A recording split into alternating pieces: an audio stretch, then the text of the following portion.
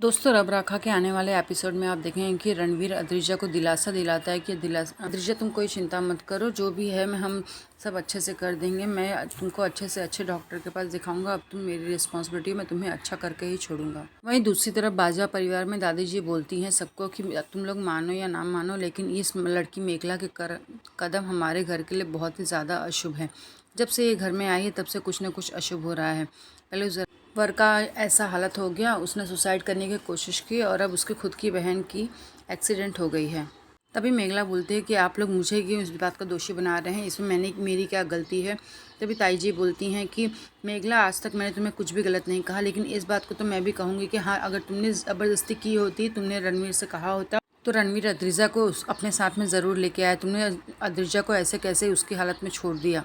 तभी मेघला बोलती है, ताई जी मैंने उन्हें समझाने की बहुत कोशिश की थी, लेकिन उनकी अर्ली फ्लाइट थी, इसलिए उन्होंने अद्रिजा से कहा कि तुम दूसरी कैब लेकर चले आना। वो कहती है कि आप लोग हर चीज़ के लिए मुझे की रिस्पॉन्सिबिलिटी ठहरा रहे हैं, इसमें रणवीर की गलती है। मैंने तो रणवीर से कहा भी था कि वो उन्हें साथ में लेकर चले, लेकिन वो नहीं लेके आए। तभी मेहर बोलती है, तुम कितनी सफाई से हर चीज़ को रणवीर के ऊपर डाल देती हो ना। तुम्हें क्या लगता है कि ये सब कह के तुम बच जाओगी?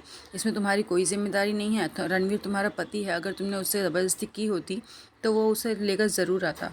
वहीं दूसरी तरफ रणवीर अद्रिजा को दिलासा दिलाता है कि तुम अपना हिम्मत क्यों हार रही हो, मैं तुम्हें अच्छे से अच्छे डॉक्टर को दिखाऊंगा।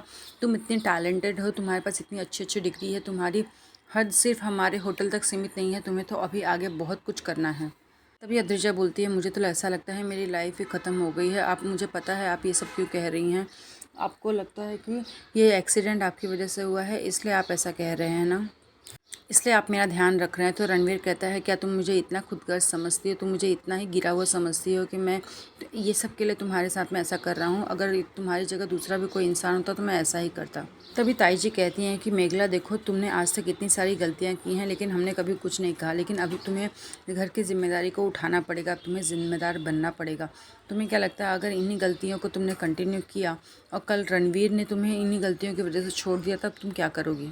तभी दादी जी बोलती हैं कि हाँ, अब तुम्हें घर की जिम्मेदारी उठानी पड़ेगी। वहीं जोरावर बोलता है कि पहले तुम्हें पता नहीं है शायद कि मेहर भी गाना गाती थी, वो बाहर जाकर गाना गाती थी, लेकिन घर की बहू बनने के बाद में उसने गाना छोड़ दिया। उसने अपनी जिम्मेदारियों को बखूबी निभाया है।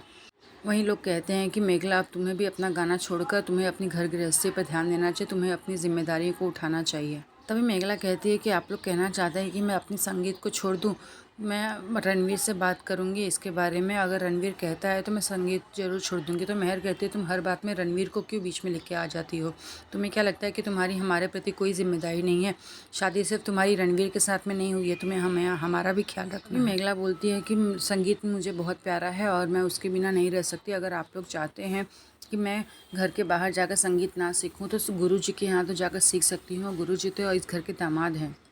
तभी मेहर बोलती है कि तुम्हें अब घर गृहस्थी पर ध्यान देना चाहिए। तुमने आज तक इतनी सारी गलतियाँ की हैं, लेकिन तुमने किसी की भी जिम्मेदारी नहीं उठाई। दोस्तों, इसी तरह के रोमांचक अपडेट्स के लिए हमारे चैनल को सब्सक्राइब कर लीजिए, बेल आइकन को ऑल पर प्रेस कर लीजिए। मिलते हैं नेक्स्ट एपिसोड में।